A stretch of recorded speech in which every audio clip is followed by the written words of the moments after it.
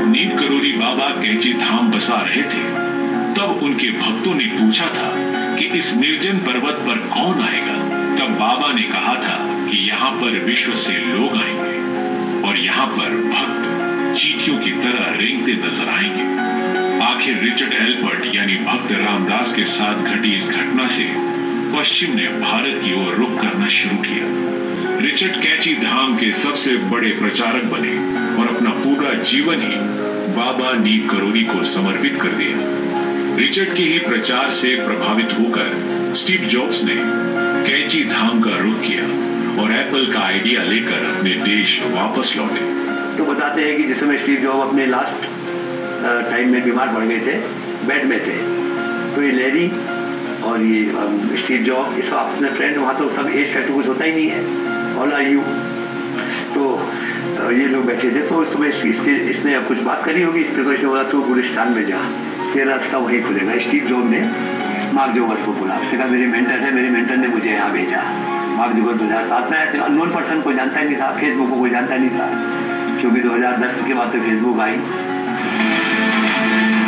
बाबा के करीबी बताते हैं कि उन्हें अपने अंतिम समय का ज्ञान भी बहुत पहले हो चुका था। उन्होंने अपने भक्तों को महीनों पहले ये बताया था कि उनकी ये आखिरी मुलाकात है और 11 सितंबर 1973 को बाबा नीम करोली ने देह त्याग किया। लेकिन भक्त बताते हैं कि उनकी मृत्यु के 5 दशक बाद भी उनकी बातें सच होती दिख रही है। उन्होंने जो तब बताया था सब अब होता है वो सब चीजें, तो इनमें धाम बनेगा तो धाम बन रहा है। उन्होंने कहा यहाँ इतनी भीड़ होगी कि तुम संभाल नहीं पाओगे, एक्चुअली वो हो रहा है सब कुछ। एक ने भक्त ने बोला बाबा आप जंगल में बना रहे हो, कौन आएगा यहाँ, क्योंकि यहाँ तो कुछ था ही नहीं, न पानी न बिजली न रोड अच्छी उस समय। तो बाबा तुम ऐसे बोले कि हनुमान जी बैठ जाएंगे, विश्व आएगा यहाँ। कोई नहीं जानता कि आखिर इस पर्वत की मिट्टी में ऐसा क्या है जो हताश और निराश के जीवन में उम्मीद की किरण जगा देता है। कोई नहीं जानता कि नीम करोली बाबा के इस धाम में क्या है जो असफल लोगों को भी सफल होने का मंत्र बता देता है।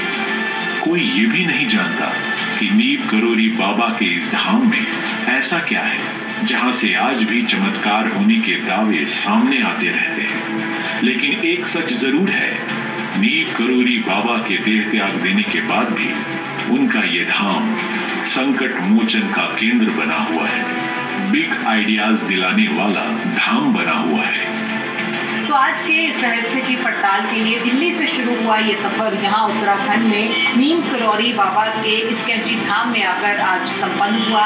और जिस रहस्य की पड़ताल के लिए आज हम आए थे, क्या वाकई में यहाँ से एक ऐसी ऊर्जा, एक ऐसी शक्ति किसी इंसान को मिलती है कि यहाँ से उसे बड़े विचार आते हैं और उसके जीवन की शैली ही बदल जाती है, उसका जीवन प्रगति के रास्ते पर चलने लगता है, वो शख्स से शख्सियत बनने का सफर तय करता है और इसका श्रेय वो इसी धाम को देता है। और ये आस्था का सिलसिला है जो निरंतर चल रहा है और आगे भी शायद इसी तरीके से चलता है।